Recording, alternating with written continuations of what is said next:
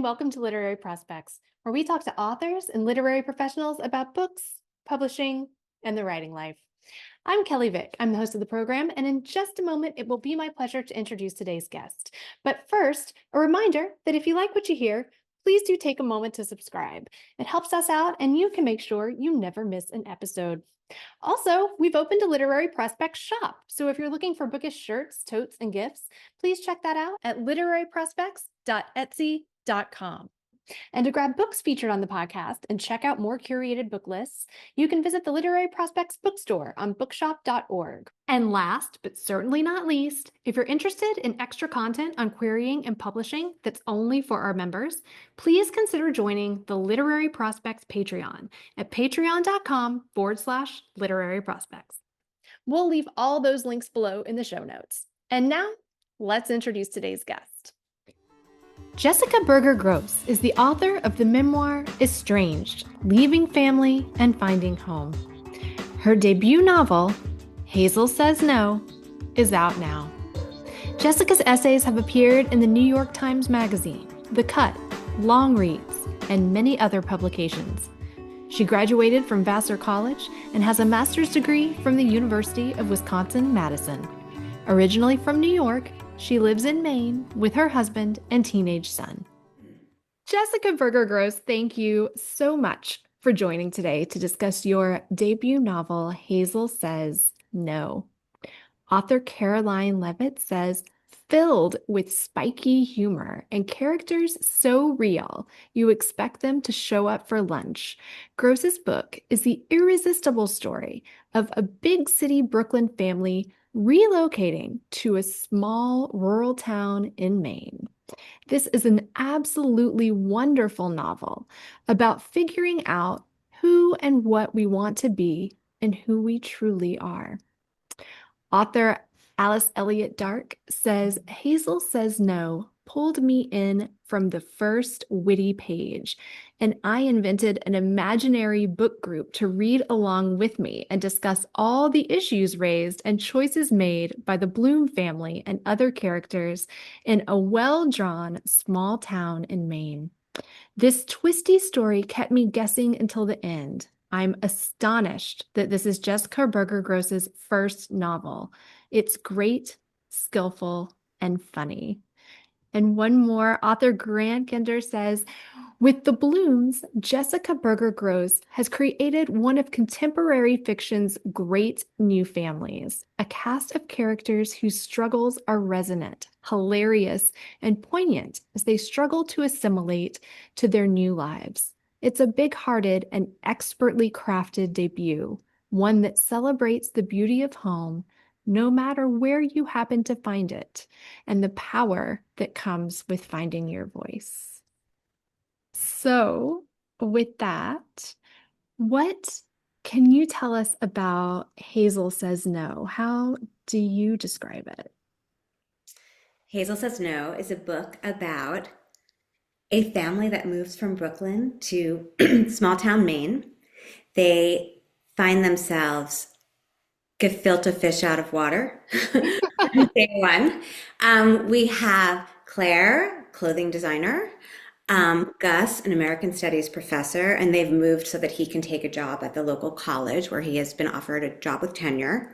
Wolf, a precocious 11-year-old about to start sixth grade, and Wolf's older sister Hazel, who has just turned 18 and is about to start her senior year of high school. And she is a bookworm who dreams of becoming a writer one day. Oh, but on the first day of school, something very awful happens to Hazel, and that changes everything for the family and for the whole town. Hazel says no. Something that happens, and that no reverberates and has so many consequences for the family, for the town, and beyond the town. What was the spark that kind of got this story started for you? It was, I always think that like two pretty good ideas that come together, make a really good idea that's worth spending time on. And I had ever since, so my family moved from Brooklyn to Maine 10 years ago. And I felt like a fish out of water. And there was so much to learn and it was so different. And I've lived a lot of different places, but I never felt it was more unexpectedly different than I imagined. Hmm. Um, and I sort of started taking mental notes, and there were things that were like difficult, but there were also things that were funny, and there were just, and I was growing and changing so much from this experience. And so I wanted, and then also, okay, so putting a pin on that, then growing up, I'd really loved the show Northern Exposure, where, Mm, did you ever watch that? I There's remember it.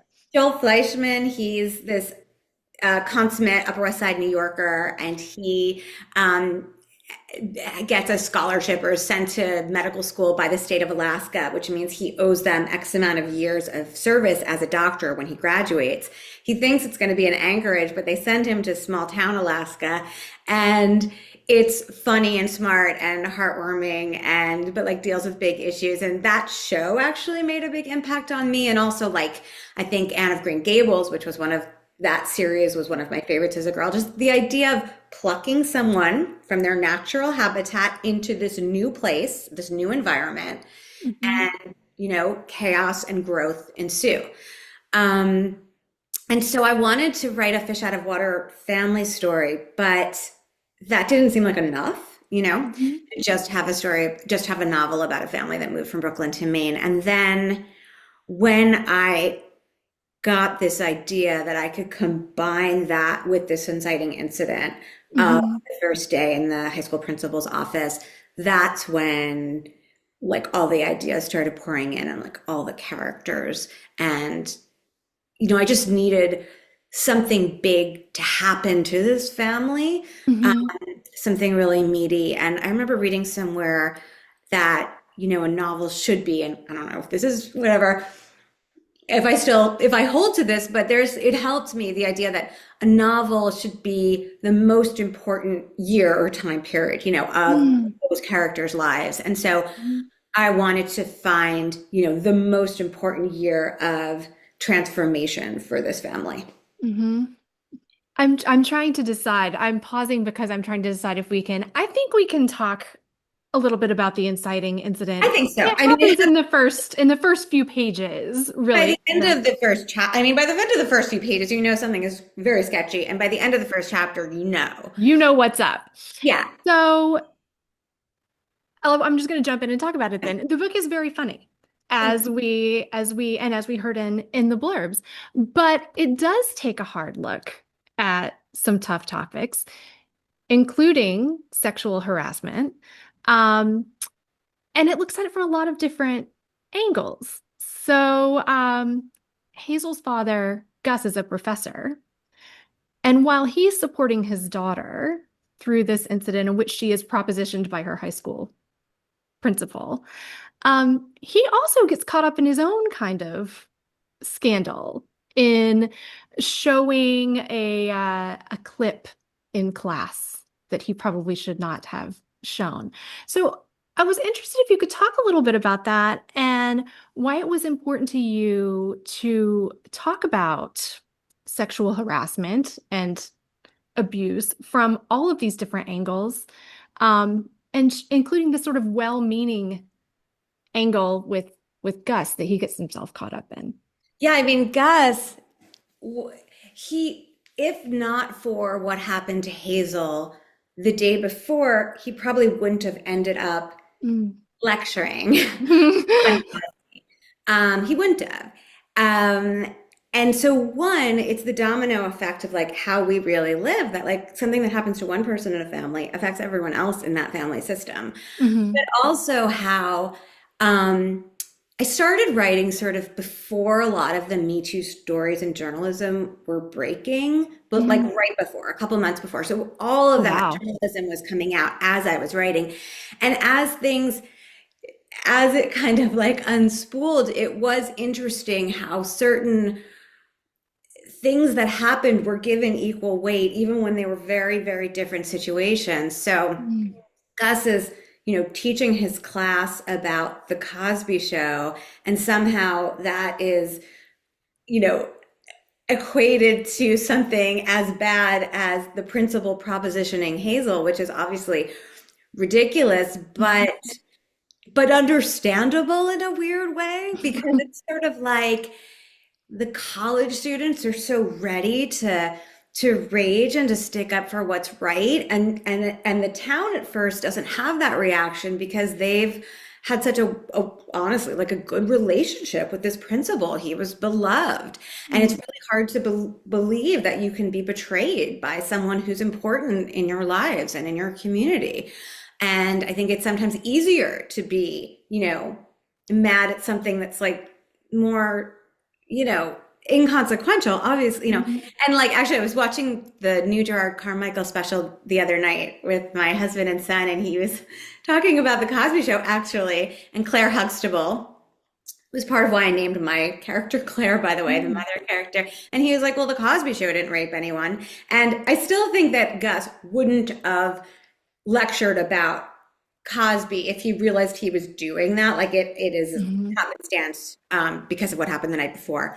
But it is just interesting that then like he gets into so much hot water, almost as much as the principal, for doing something truly terrible.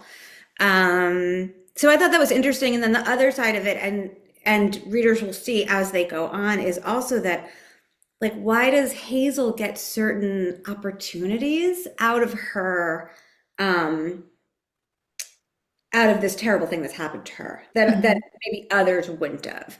And so that idea of like the privilege of being the perfect victim. And so I just think there's so much there. Speaking of layers and a lot there, it's also a very layered look at American family dynamics. Not only are we watching the Blooms navigate these issues that are happening to them, Gus, as we've touched on, is a professor of American Studies, and his research specializes in looking at how American families are represented on television, which is how he gets into this Cosby debacle. And so we get a lot of glimpses into that, into his studies and research. What interests you in writing about and exploring family in this way? Well, family is so interesting. I mean, and just how we live in our personal lives. I mean, it can be a family. It can be, I went to graduate school in Madison, Wisconsin for public policy. And I lived in a housing co-op because that was a really cheap place I could live. And it was actually an amazing experience. So it was like $240 a month. And then you would do 10 hours of work jobs a week. And part of that, or in addition to that, you would cook dinner like X times. And it was just really interesting to see how people's like philosophy around, say, activism would then play out when it came time to like clean the bathroom, because there were people who would be amazing at making dinner for everyone and would always show up to clean the bathroom when it was their turn. But like, maybe we're less like politically tuned in. And then you'd have the person who was like taking over the chancellor's office who wouldn't feed us, even though there were like kids waiting for dinner. So I just think that it's just interesting how you act within your interior, in the relationships that are closest to you.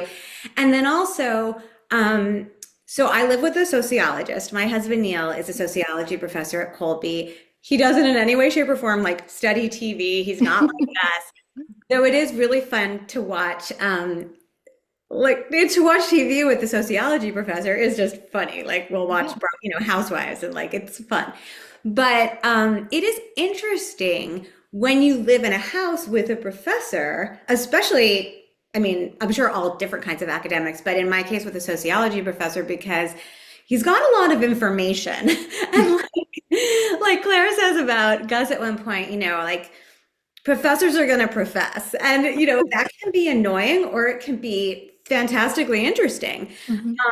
But it's just like this other, it's like this remove in a way, because there's like an intellectual take on what's happening. So you have the emotion of what's happening, and then you have someone who's like putting it in a sociological context. And I just find that, it's interesting.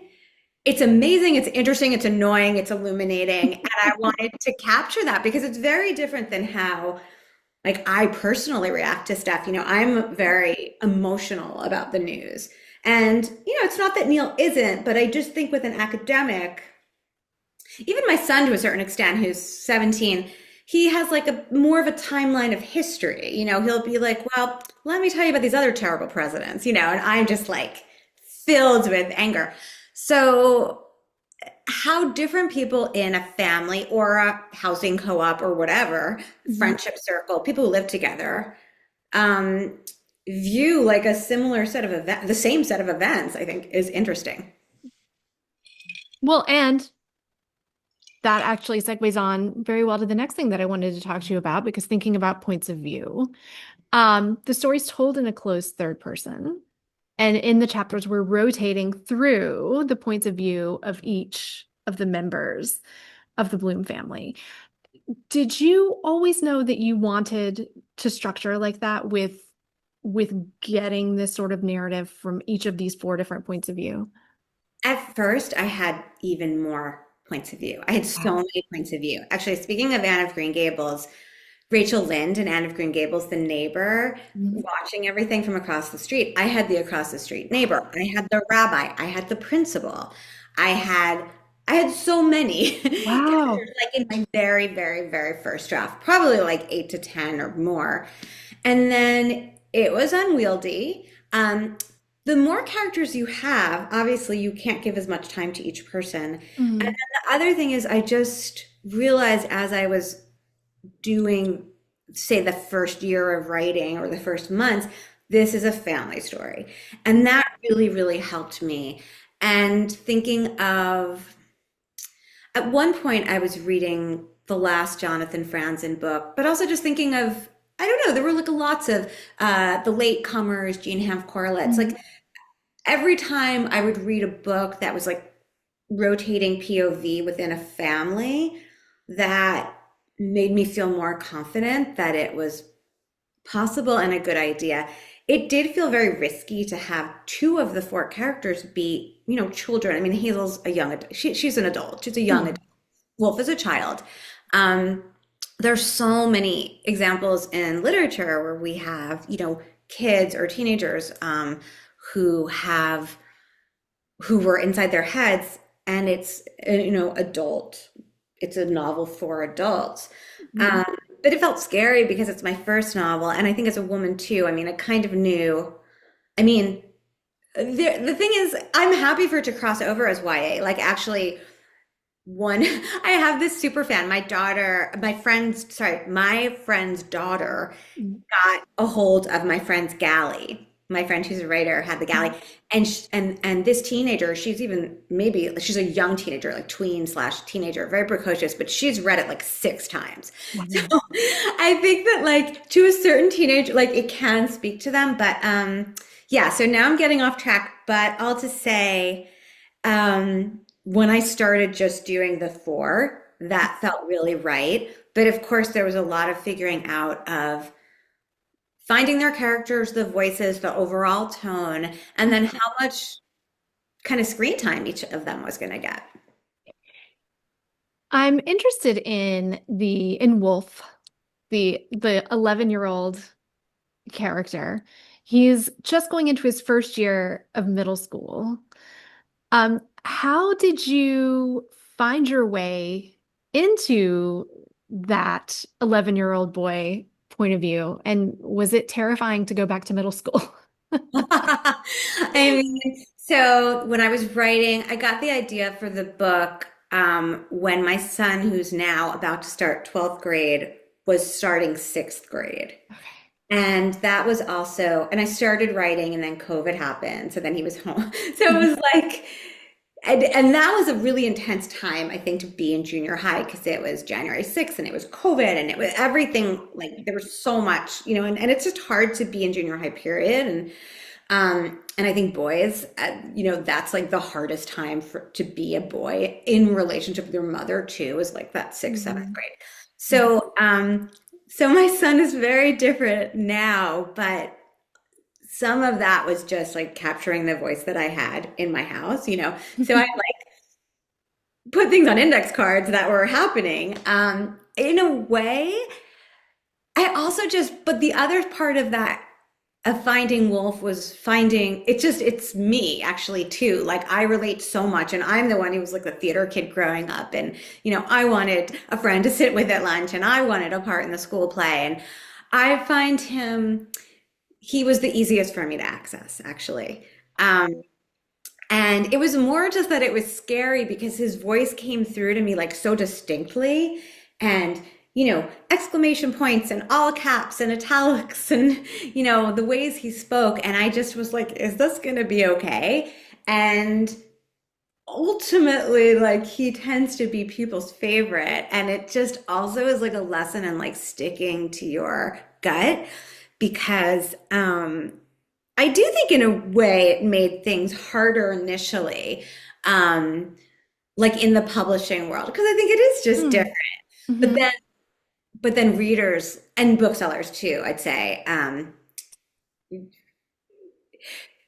people are really gravitating to Wolf. Which is, Hmm. I've heard like justice for Wolf, like Wolf needs his own book, and that kind of sentiment.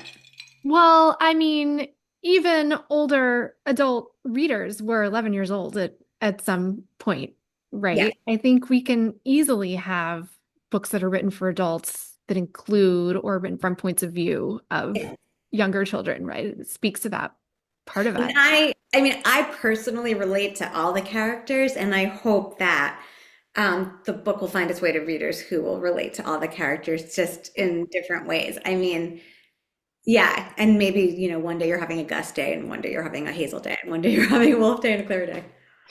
How do your characters come to you? And how do the voices come to you? Um, each one different. I mean, I had a very certain idea for how I wanted Gus to be, and it was more finding that. Wolf just came like whole cloth.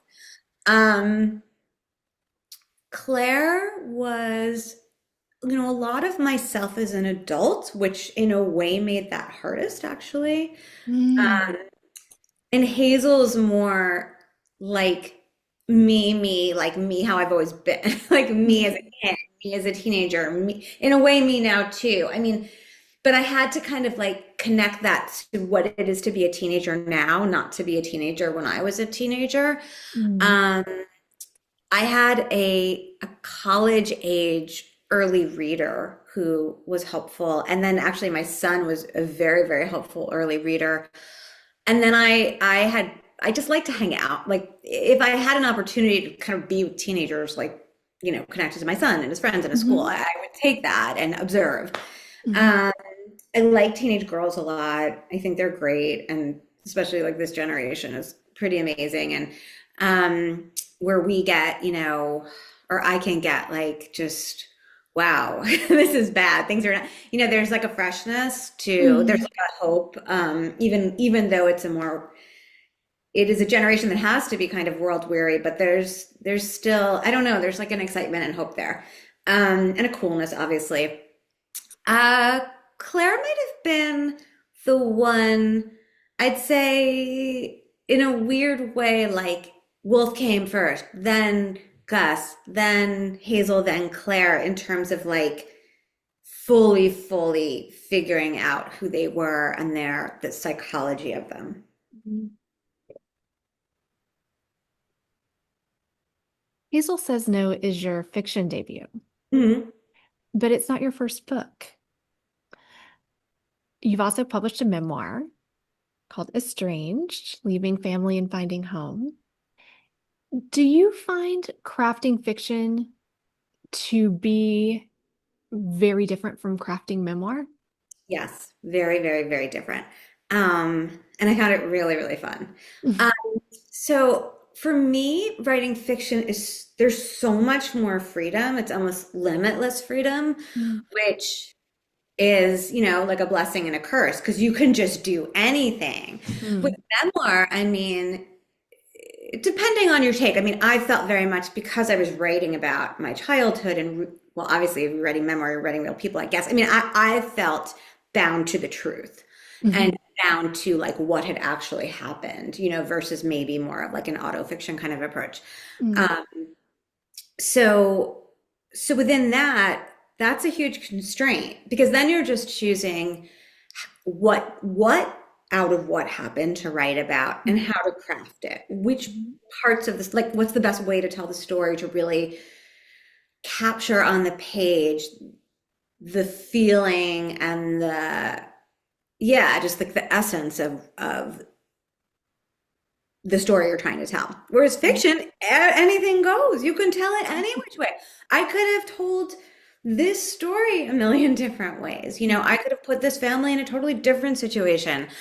Someone else would write this story plot wise completely differently. Mhm. But the thing that was interesting to me too is I found in a weird way, as personal, my memoir is like super personal.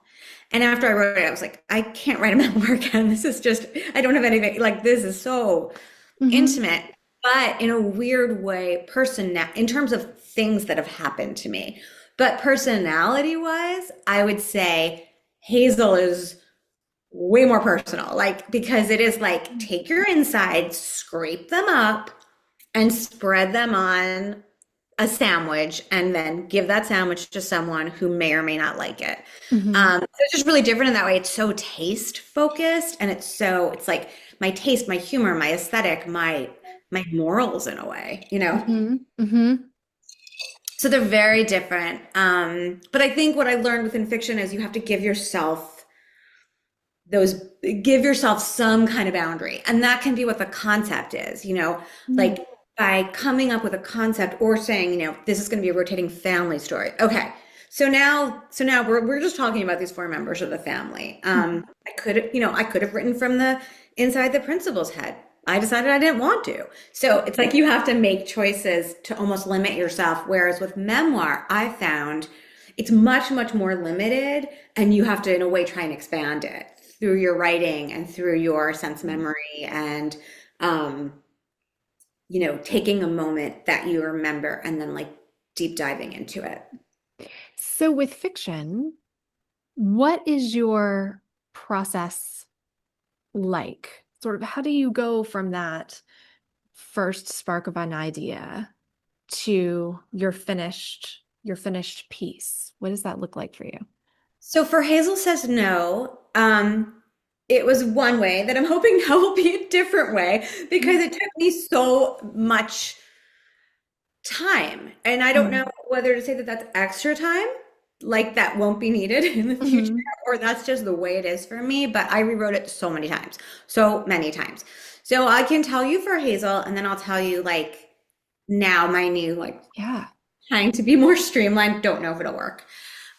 So for Hazel, okay, so got the idea, whatever year it was, when my son was starting sixth grade and he's about to start 12th grade. So I can't do that math, but I don't know, what is that, 2019 or something like that. So it started writing. I just wrote a draft that was so, so, so long, all the POVs. Even after I dropped that, it was probably like twice as long as the book. And then actually, I mean, this is going to sound ridiculous, but it's the truth. Um, my son Lucian was uh, in the second part of sixth grade where they weren't going to school because of COVID Mm. shutdowns. And like I needed to give him something to do. So he actually is quite a good reader. So he went through that draft and did what we called a chainsaw edit, where he's like, you need to take out everything that's not plot. And he did it for me. Like he just like, X'd out everything that wasn't plot. And I I took love this so much. That's again. so I mean, cool. it's true. Like it sounds ridiculous, but it's the truth. Um, and I mean, basically, like I needed to start over so many times. So at one point, I did like a chapter map where it was sort of almost like a nonfiction book proposal, in that I wrote like a page for each chapter of what was going to happen. Mm.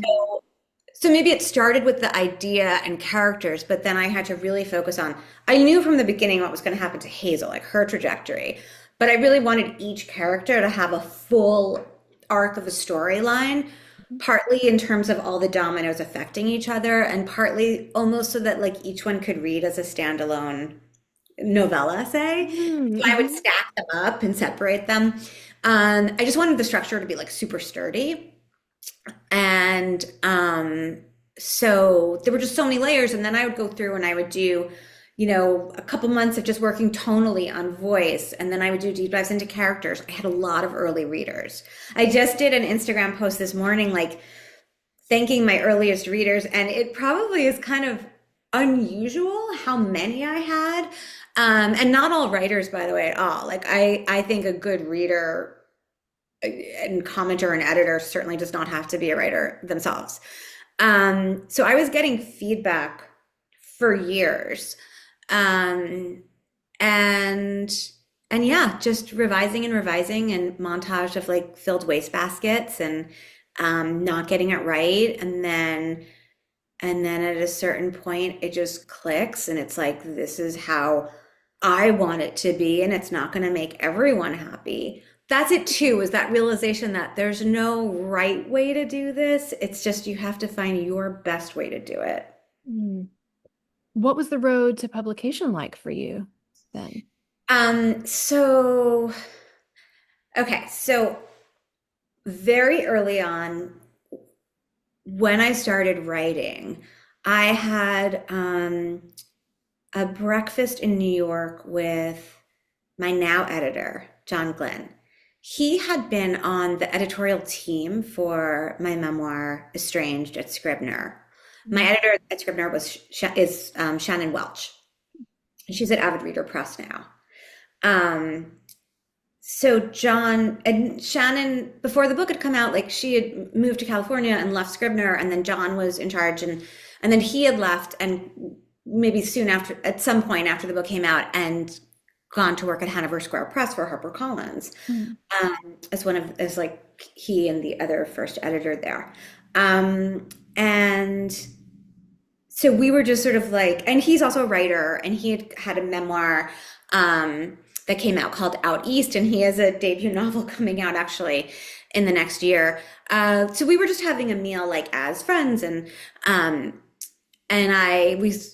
we kind of admitted to each other we're starting to think about working on novels, and I told him the idea for Hazel, and he just like immediately got it and loved it. And he gave me a log line, and I didn't even know what a log line was. And he's like, well, like when you see the book description and there's that like stuff in black, like in bold, like, so he gave me the log line and he gave me comps. I don't even know if I knew what comps were. And I was like writing this all, like on a napkin or something or in my phone. And he texted me after and he's like, I really, really, really love this idea. And I'm not just saying that as a friend, I'm saying that with my editor hat on. And so that was just something I put in my back pocket for years, that, that he thought it was a really good idea. And I had another friend in the publishing world who was like the only other person I told about it in the publishing industry. And she thought it was a really great idea. She's an agent she's my husband's agent and a longtime friend of ours. And yeah, so then I ended up getting a new agent for this book. My old agent didn't really do stuff like this. And then also like, it was kind of a new start for me writing fiction. So started working with Henry, and that kind of changed everything. But when he was sending Hazel out, I said, let's definitely put John on the list. And then John ended up on the submission list, and John ended up being the one to buy it. And then John has done a really, really incredible job of shepherding the book through the process. And like so many of the wonderful things that have happened to Hazel pre-publication for me have been because of working with John and Henry. But like John did a fantastic job at the launch at HarperCollins, and that led to some sales reps like loving the book early on. And so HarperCollins named it their lead read for summer 2025. And that was like a year ago. So then they sent me to Winter Institute, and I started meeting all these booksellers, and a lot of galleys went out. And so it's been a really, really different process for me than with Estranged, because just like there've been a lot of galleys and I've met a lot of booksellers and we've had a lot of early readers and bookstagram readers and just a lot more people have read it before Mhm. publication day than I've experienced before. And yeah, so it wasn't it was I'd say it's like a snowball effect. It wasn't that there was this like incredibly sexy, sale in 20 continents or something like that, but it was more like 20 countries. It was more that like the people who read it and got it and loved it were really, really, really important. Henry, John, even like I'm working with this amazing publisher in Italy, and they've had this like a they're sort of like the Jenna Bush, Hager, like Reese Witherspoons of Italy with like a Mhm. book club, but now they're starting to publish novels, and Hazel's the second. Happiness Falls by Angie Kim was the first. And like they're so entrepreneurial, so literary, and just so wonderful.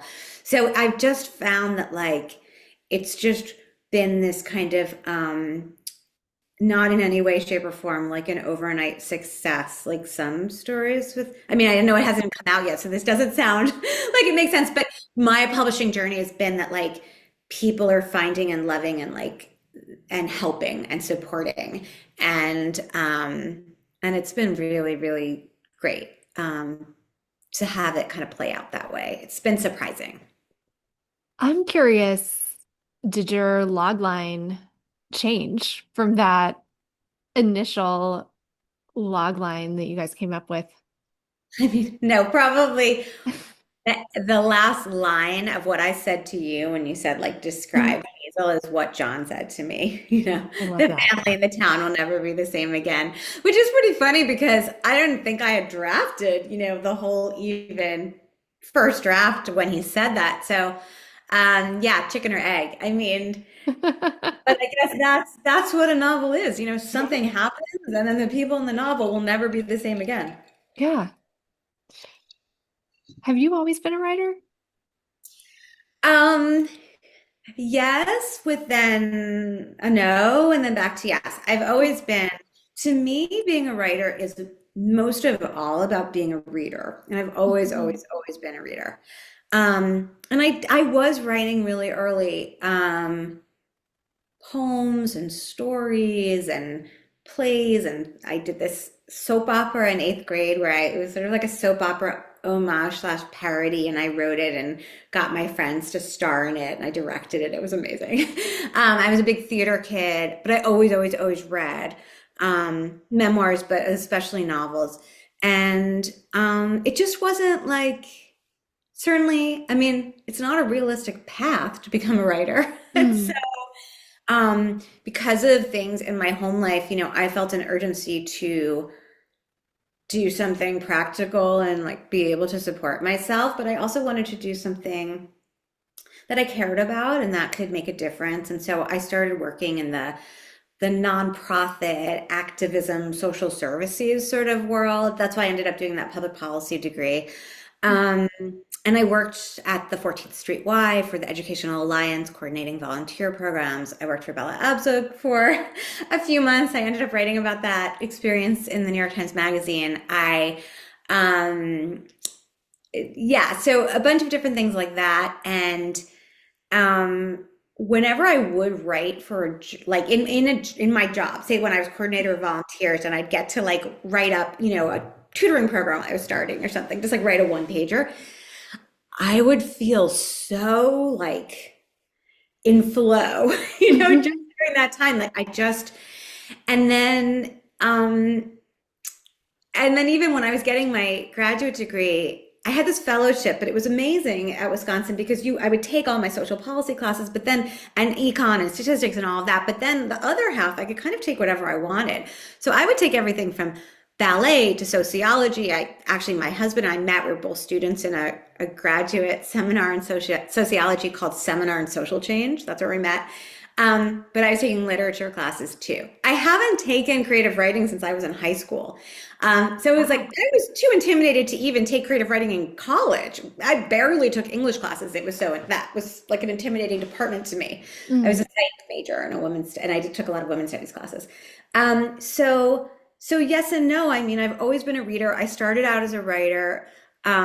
It was a dream that was so big I like didn't dare to dream it, and then it got to a point where I just sort of was physically ill if I wasn't like I had to do it. Uh-huh. I tried and I tried and I started writing when I was about 29 was when I really seriously started working on what eventually became my memoir, but in a totally different form.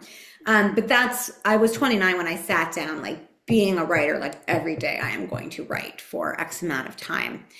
And it's many years later that I've done this. So it's been 20 plus years, maybe 23 years, 24 years of like really being at it. What do you know now that you wish you had known Hmm. before publishing your first book? Hmm. I think, well, part of it is like that in terms of the publishing part, um, just be grateful for whatever happens and don't stress about things that don't happen. Hmm. Um, but in terms of writing, just how very, very, very essential your taste is. And that's the thing, like even with writing Hazel Says No, there was a point in the process where I kind of thought either it's good or not. Like X, very important person in the publishing world, can tell me if this is good. That's not how it works. Hmm. Um, it is about taste and about like people whose tastes align. And I mean, what kind of art would it be of whether it's a song, a TV show, a movie, anything, a book, if everyone loved it? I mean, it's probably mid, right? That's kind of like the definition. So if you're gonna make something that's like expresses you, and it's not gonna be something that everyone loves, but it can be like the ne plus ultra or the best or highest or most, intense version of what you want to put out there. You can like turn the dials up and then, sometimes turn them down. But like it can be, it's the meal you want to serve, but it's not necessarily like what everyone's going to want. But that's what you have to do because when you kind of believe in your own taste, gut, aesthetic, literary feels, that's kind of like when the magic happens and people will be attracted to that. It's just to get over this idea of like it's either good or it's not good. You've done it or you haven't done it. That's not really where it's at. I love putting it that way. I love that. What's your favorite piece of advice for aspiring authors? I love what Stephen King says in his book on writing about just Mm. get a library card. Mhm. Library card, spend some money at your local indie bookseller. It's really about reading. It's really about reading, especially if you can get analytical and break down what makes the books you love tick. Um, I did this with writing a memoir, and I definitely did it with writing a novel where it's just like read things that you love so much, like really high quality things, and especially the kind of book you want to write. So, I wanted to write a smart and funny book, and so to really go back and reread certain ones that like really stood out in my mind. On Beauty by Zadie Smith was one that I reread. And Mm. actually my son's reading now and loving it. My agent recently read. He loved it. It's so good. Kind of the ultimate campus novel. But so read. And I wouldn't worry about if you want to go and if you really want to teach writing in the academy, then you definitely need an MFA. But like otherwise, protect your voice, your aesthetic, your experience. There's also no timeline on it. I don't know. I'm in the end, I'm very happy that I'm debuting as a novelist um, in my early 50s. And I just wrote an essay about this that's gonna come out on Lit Hub on my pub day, I think. And a very close friend of mine she just sold her book that she's 55 and she was working on it for 10 plus years. And it's, there's something very sweet about like the marinating and also being able to have your life experience and like what you've learned come out on the page. So I don't even remember the question, but those are some answers. Oh, my advice. Yeah. Yeah, my advice would be like, be patient, be kind to yourself, value your aesthetic, your taste, and then read. Read, read, read, read. Advice about writing is just, it's all about reading. Like, not sure what to do, read more. And get people to read your work where people you trust, and then like take their feedback and take in what you want and work on your pages more. Revise more. This is also great, Jessica. Traditional last question. We have a traditional last question.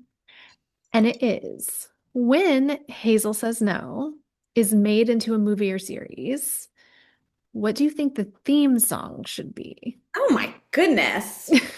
That is so hard. I'm sorry. That is so hard.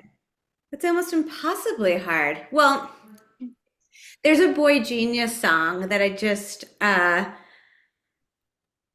used for something today about like it feels so good to be known Mm.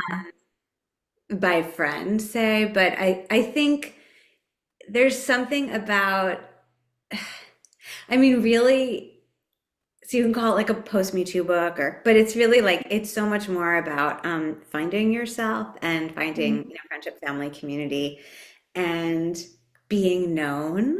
Mm-hmm. So I have no idea. I would have to deep dive that for like an hour to really, really, really, maybe an REM song because I'm obsessed with REM. But I don't know. I have to really think about that. That's a good one. Um, Maybe a Tribe Called Quest song. I mean, I don't know. I have to give serious, serious thought to that, Kelley. But I can say that I think um, the essence of the book is it's that even when bad things happen to us, we can turn a corner and find, joy and kindness and connection. So I don't know, some song that in a really cool way drops that vibe. I love it. Jessica Berger Gross, thank you so much for joining today. It really has been a pleasure talking with you. This was so fun. Thank you so much. Happy reading to you and to everyone watching. And yeah, I really appreciate it. Thanks for having me. Thanks for joining us on Literary Prospects. If you liked what you heard, please subscribe and leave us a review. We'll see you next time.